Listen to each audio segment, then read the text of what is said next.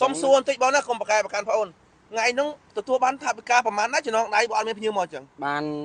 មកលៀនអាហ្នឹងគិតជាលុយចងដៃយើងគួរចំណងដៃទេអត់បានលុយអាពីគេហូបលុយហូបអត់មានបានទេបាទចង់និយាយថាបានមកលៀន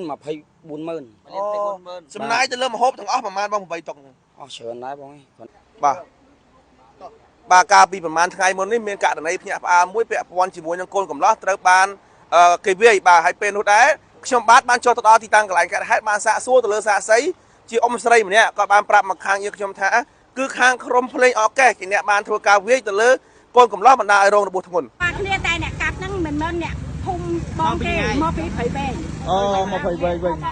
ក្រុមអកដាំខាងក្រុមអកដាំកាប់មួយកូនកន្លោះហ្នឹងចាកាប់មួយក្មួយខ្ញុំឥឡូវនេះជាក់ស្ដែងកូន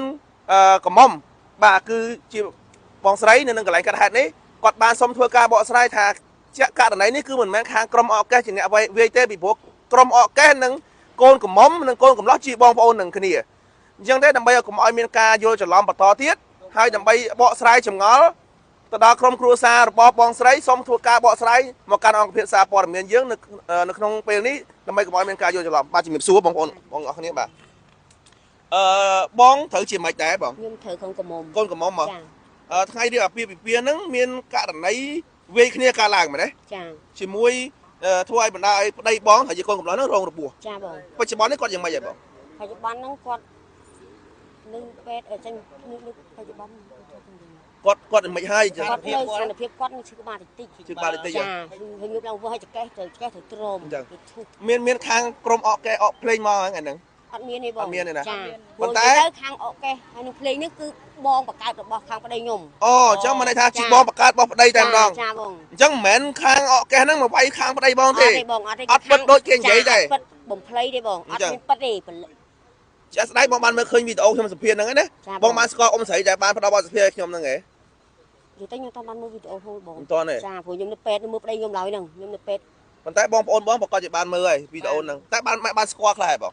ស្គាល់តែបងស្គាល់គាត់ដែរស្គាល់អញ្ចឹងព្រោះគាត់ធ្វើម្ហូបមួយខ្ញុំដែរបាទបងបានឃើញណាខ្ញុំសម្ភាសក្នុងនោះខ្ញុំអត់មានបានបំភ្លៃឬក៏បលឹងទេបាទខ្ញុំផ្សាយតាមតែរយៈការផ្ដល់ព័ត៌មាននៅនឹងកន្លែងកាត់ហេតុថាក្រុមអកេសគឺបានវាយមកលើប្តីវាយជាមួយប្តីហើយគាត់ថាបានយកអញួរយកបថៅនិងយកដបងទីបពីក្រុមអកេសហ្នឹងមកវាយប៉ុន្តែថ្ងៃនេះខាងបងស្រីទាំងអស់សូមធ្វើការបដិសេធថាមិនមែនខាងអកេសវាយទេព្រោះខាងអកេសហ្នឹងគឺបងបង្កើតខាងកូនកំឡោះបាទឥឡូវបងមានអីបន្ថែមហេតុការពេលដែលកើតឡើងហ្នឹងយ៉ាងម៉េចដែរបងសូមរៀបរាប់តិចមើលបងគឺហេតុការដំបូងហ្នឹងគឺពួកខ្ញុំនៅមុខរោងទាំងអស់គ្នាមួយកូនកន្លោះកូនកំមុំទេប៉ុន្តែគាត់ថាពួកខ្ញុំនៅជាប់ទទួលភ្ញៀវទាំងអស់គ្នាហ្នឹងក៏បានមើលគ្រប់ជ្រុងជ្រោយដែរប៉ុន្តែហេតុអីបានគាត់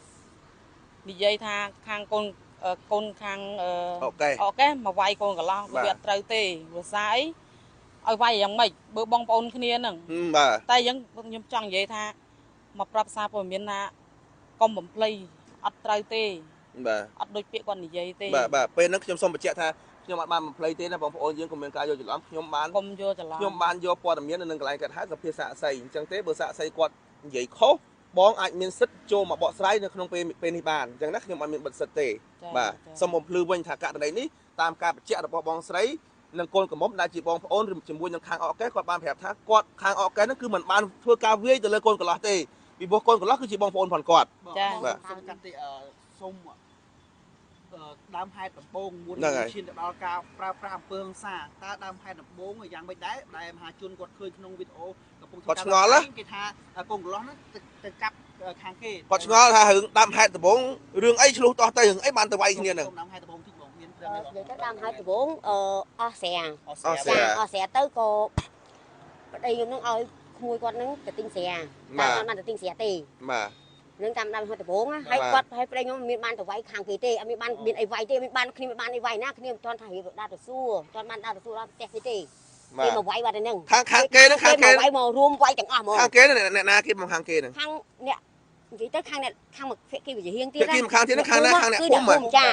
cha nè phum អ្នកភូមិហ្នឹងគាត់បានចូលរួមពិធីមង្គលការហ្នឹងអត់បង ở đây vâng ở đây អញ្ចឹងបានន័យថាអត់មានភ្ញៀវទេ cho người ta nè để vay đây nhung nữa á បាទ ở ban mau tê អត់មានភ្ញៀវទេ cha mình phiêu គាត់ tê តែអ្នកភូមិនៅក្នុងភូមិហ្នឹងទេ nè phum mình đang អូ mong cha បាទបងប្អូនយើងបាទ ជាកន្លងមកដែលមានប៉ះ អត់មានតែប៉ះតែកិច្ចគ្នា អត់គ្នាអីទេបានជាចងគំនុំអីទេ អត់ទេបងអត់ទេព្រោះគ្នាអត់ដែរនៅនឹងទេព្រោះគ្នានៅនោះទេអត់មានបានទៅចោគំនុំមួយណាបងប្អូនណាចូលរករឿងណាគេទេ ក្នុងការលើកឡើងថាកូនកន្លោះទៅវាយជាមួយអ្នកភ្លេងគឺមិនមែនជារឿង មិនពិតទេ បាត់ទេបំភ្លៃគឺបងចង់និយាយថាអ្នកភ្លេងហ្នឹងគឺបងប្រុសបកើតប្តីខ្ញុំខាងកូនកំឡោះ អញ្ចឹងមិនថាបងបង្កើតបងប្អូនបង្កើតហ្មង ចាចា បាទបងប្អូនយើងបាទ បានយកខាងអ្នកភ្លេងហ្នឹងយកទៅវាយកូនកន្លោះទេគឺអត់បានតែហ្មង បាទ គ្រាន់តែគេថា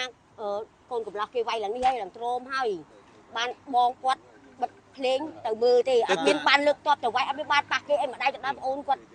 ឈាមឯហ្នឹងនេះដូចស្នុកឈាមឯហ្នឹង ថាពងទីប មានពងទីបមាន ភ្លេងទីវាយហ្នឹងមិនមែនជាការពិត អត់មានការប៉ះទេអត់មានបថើញួរទាំងអស់ បាទ ចា ហើយឥឡូវបច្ចុប្បន្ននេះសមត្ថកិច្ចបានដោះស្រាយយ៉ាងម៉េចអីក្នុងករណីនេះ ចង់និយាយ គាត់ខ្លួនគាត់ហើយបង គាត់ បាទខ្លួនខាងណាបង គាត់ខ្លួនដំបងថាហៅគាត់ឲ្យទៅគ្រាន់តែបំភ្លឺអញ្ចឹងណាបង ខាងខ្លួនខាងអ្នកភ្លេងហ្នឹងហ៎ អត់ទេខាងប្អូនខ្ញុំកូនកំឡោះហ្នឹង កូនកន្លោះហ្នឹងហ៎ បាទដំបងបាទគាត់នៅក្នុងពេទ្យទេឥឡូវព្រឹកមិញហ្នឹងសមត្ថកិច្ចហៅគាត់ថាគ្រាន់តែឲ្យគាត់ទៅបំភ្លឺអញ្ចឹង បាទ តែដល់ពេលហៅគាត់ទៅតែមួយខាងអត់ឃើញមួយខាងគេទៅអញ្ចឹង ឥឡូវគាត់ប្រហែលអ្នកហើយ បងខ្ញុំនៅក្នុងប៉ុស្តិ៍ แล้วគាត់ប្រហែលអ្នកហើយបង 3នាក់ដូចជា តែ 3 គាត់ខ្លួន នាក់ 3នាក់ហើយ បាទ តែភាគីខាងកូនកំឡោះទេ បាទខាងកូនកំឡោះ ភូមិគឺមិនទាន់មានការស្រាវជ្រាវគាត់ខ្លួនបានណានោះទេ បាទ អូអញ្ចឹងបានន័យថាបើសិនជាមានការខ្វះខ្លួនសំណូមពរឲ្យគាត់ទាំងអស់គ្នាដើម្បីធ្វើការសួរនាំ សួរនាំព្រោះមានមួយដេកពេទ្យមួយដេកប៉ុស្តិ៍ បាទ អញ្ចឹងខ្ញុំចង់ឲ្យអធិការជួយធ្វើអន្តរាគមន៍ឲ្យយុទ្ធធម៌ខ្ញុំសុំតែយុទ្ធធម៌ថាមុននឹងឲ្យគាត់ខ្លួនបងខ្ញុំទៅហ្នឹងគាត់យើងសួរស៊ើបអង្កេតថាខាងនេះខុសខាងនេះត្រូវនេះចាំយើងឲ្យទៅទាំងអស់ទៅបើគ្នាឈឺដូចគ្នាហើយយកម្នាក់ទៅដេកពេទ្យម្នាក់ដេកទៀតដេកប៉ុស្តិ៍ហ្នឹង បាទធម្មតាករណីហិង្សាអញ្ចឹងមានវាយទៅវាយមកអញ្ចឹងគេគាត់ត្រូវខត់ទាំងអស់ បាទ ដើម្បីធ្វើការសួរនាំណា បាទ បាទឥឡូវខត់ទៅខាងបងទេ3នាក់ បាទ ប៉ុន្តែបងអត់បានទទួលថាខត់ខាងគេនៅឡើយ នៅបាទនៅ អូខេបាទ តែខ្ញុំសុំនិយាយមួយទៀតតែខាងប្តីខ្ញុំនោះមានបានវាយគេទេ ហ្នឹង អត់បានវាយគេទេគឺនិយាយទៅគ្រាន់ទៅដល់ភ្លាមគេរត់វាយឲ្យសឹកអុំថ្មពុកមកហ្មងប្តីខ្ញុំមានបានប៉ះគេសុំបីតែដៃ គេប្រហែលអ្នកអាចប៉ាស្មានបានទេបងប៉ាស្មានបានទេ 7 នាក់ ខាងយើងប្រហែលអ្នកដែរ ខាងយើងហ្នឹងតា3នាក់ទេតែគាត់ថាទៅហ្នឹងអត់មានបានវាយគេទេតែស្រួលទេទៅគាត់ថាទៅសួរគេតែមិនបានទៅសួរផង ចេះរឿងរ៉ាវនៃការវាយគ្នាឧទាហរណ៍ថាបងថាប្តីបងអត់បានវាយគេមិនអញ្ចឹងណា ចាបង ប៉ុន្តែយ៉ាងណាសមត្ថកិច្ចធ្វើការខាត់ដែរពីព្រោះដើម្បីធ្វើការសួរនាំទាំងសងខាងពីព្រោះជាករណីហិង្សាមានរបួសទាំងសងខាងណាបាទបើយើងអត់បានវាយគេហេតុអីមកខាងគេមានរបួសដែរអញ្ចឹងវាត្រូវការសួរសិនណាបាទ តែអាលាក់របួសហ្នឹងវារត់បុកខ្លួនវាទេវាតែនិយាយក្នុងពេទ្យនឹងចាំវានិយាយខ្លួនវាហ្មងវាថាវាបុកខ្លួនវាទេអាពេលថ្ងៃទី1ហ្នឹងថ្ងៃយប់ដេកពេទ្យទាំងអស់គ្នាហ្នឹងណា ចឹងបងក្នុងនាមបងជាកូនកំមុំជាប្រពន្ធកូនកំឡោះ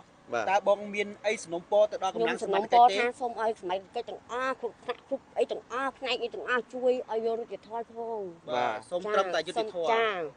ឲ្យនេះពួកខ្ញុំកំព្រាទេប្តីខ្ញុំស្លូតណាស់ កព្រាទាំងសងខាងណាឬថាកូនកំមុំក៏កព្រាកូនកន្លោះក៏កព្រា ចាបង ហើយការរៀបអាពាហ៍ពិពាហ៍នេះធ្វើតែ8តុកទេដោយសារខ្វះថវិកា ចា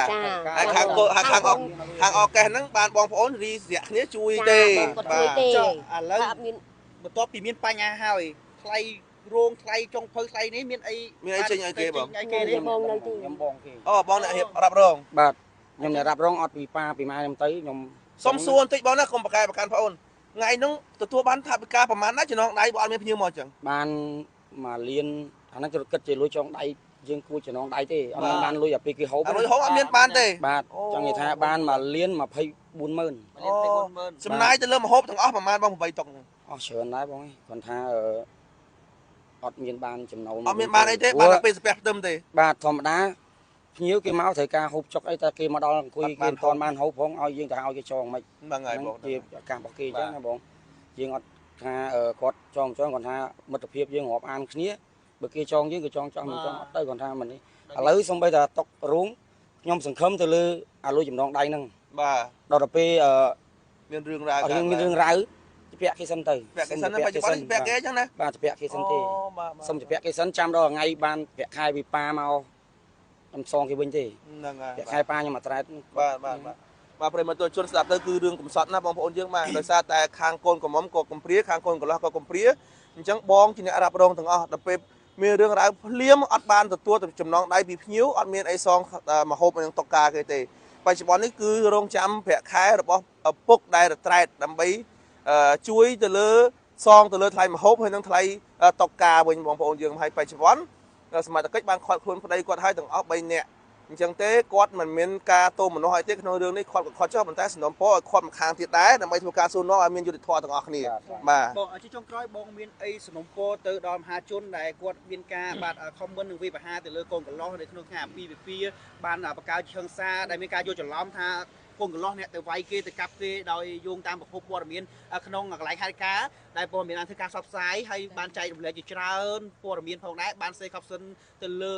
អ្នកភ្លេងផងកូនកន្លោះផងតាមពិតដើមហេតុគឺកូនកន្លោះអ្នកភ្លេងគឺបងប្អូនបង្កើតទេអញ្ចឹងបងជាចុងក្រោយបងមានអីសំណុំពរទៅដល់មហាជនកុំឲ្យមានការយល់ច្រឡំទៅកូនកន្លោះទៀតហើយសូមកុំឲ្យមហាជនទាំងអស់កុំយល់ច្រឡំព្រោះកូនកន្លោះហើយនឹងអ្នកភ្លេងបងប្អូននេះបង្កើតទេហើយគាត់ស្រាក់គ្នាដើម្បីគាត់រៀបគោលការណ៍ឲ្យប្អូនទេព្រោះប្អូនកំព្រាទាំងអស់កូនកន្លោះក៏កំព្រាកូនកំមុំក៏កំព្រាគ្នាគ្មានឪពុកម្ដាយទេចំហមានតែបងប្អូនទេបាទហើយសំណពរអាញាធរសមត្ថកិច្ចទាំងអស់សូមជួយដោះស្រាយផងយកយុទ្ធធម៌ឲ្យប្អូនខ្ញុំផងបាទព្រោះសាច់រឿងនេះគឺបងប្អូនបង្កើតទេមិនមែនជាករណីកូនកន្លោះទៅវាយមួយអ្នកភ្លេងទេបាទហ្នឹងហើយបងបាទទូអារម្មណ៍បងទូអារម្មណ៍បងប្អូនយើងបាទបានដឹងបានឮហើយនៅការបកស្រាយរបស់ខាងគ្រួសារកូនកំមុំក៏ដូចជាកូនកំមុំមិនដែរទេឲ្យកូនកន្លោះនោះចាកូនកំមុំមរណភាពចាឥឡូវមកប្តីជួបរឿងចឹងទៀតហើយបងប្តីស៊ើបសមត្ថកិច្ចធ្វើការខាត់ខ្លួនបញ្ជូនទៅតុលាការស៊ើបអង្កេតពាក់ព័ន្ធជុំវិញរឿងទៀតត្រូវបាត់បង់ប្តីទៀតនឹងហើយមានតែអញ្ចឹងតែថាឲ្យស៊ើបទាំងអស់គ្នាបាទអត់អីទេបងបាទប្រិមត្តជនយើងបានធ្វើការសម្ភារនឹងបានទទួលការបកស្រាយពីខាងកូនកំមុំក៏ដូចជាខាងគ្រួសារហើយគឺបានបញ្ជាក់ប្រាប់ថារឿងរ៉ាវនេះគឺជាការយល់ច្រឡំទេគឺជាការយល់ច្រឡំពីសាក្សីដែលបានបញ្ជាក់ប្រាប់ខ្ញុំនៅនឹងកន្លែងកើតហេតុថារឿងរ៉ាវនេះគឺផ្ដើមចេញពីការវាយគ្នារវាងអ្នកអកេសនិងកូនកំលោះប៉ុន្តែធៀបពិតយើងទទួលបានចម្លើយការបកស្រាយពីក្រុមគ្រួសារកូនកំលោះនិងខាងកូនកំមុំតែម្ដងគឺមិនមែនជាខាងអកេសវាយទេពីព្រោះខាងអកេសជាបងប្អូនបង្កើតជាមួយនឹងខាងកូនកំលោះអញ្ចឹងគាត់សំណូមពរមហាជនសូមកុំមានការយល់ច្រឡំបន្តទៀតហើយមួយទៀតគាត់សំណូមពរឲ្យសមត្ថកិច្ចមេត្តាស្រាវជ្រាវរឿងនេះឲ្យបានដិតដល់ពីព្រោះបច្ចុប្បន្នគាត់ខ្លួនខាងកូនកំលោះ3នាក់មិនអញ្ចឹងហ៎បាទហើយខាងអ្នកភូមិដែលមានចំនួនជាមួយកូនកំលោះហ្នឹងមិនទាន់មានការខាត់ខ្លួនទេប៉ុន្តែយ៉ាងណាអាចថាជាការរណីនេះគឺជាការនីតិវិធីសមត្ថកិច្ចក្នុងការធ្វើការស្រាវជ្រាវមិនទាន់ដឹងរឿងច្បាស់យ៉ាងណាយើងមិនទាន់ដឹងអញ្ចឹងទេសំណូមពរសមត្ថកិច្ចមេត្តាជួយពន្លឿនរឿងនេះឲ្យគាត់ផងពីព្រោះបច្ចុប្បន្ននេះគឺខាងកូនកំលោះ3នាក់ចាប់ខ្លួនហើយខាត់ខ្លួនហើយបាទហើយអញ្ចឹងទេខ្ញុំបាទអត់មានអីបន្ថែមទៀតទេគឺសំណូមពរមហាជនសូមមេត្តាមានការយល់ច្រឡំចំពោះពួកគាត់ទៀតបាទសូមអរគុណ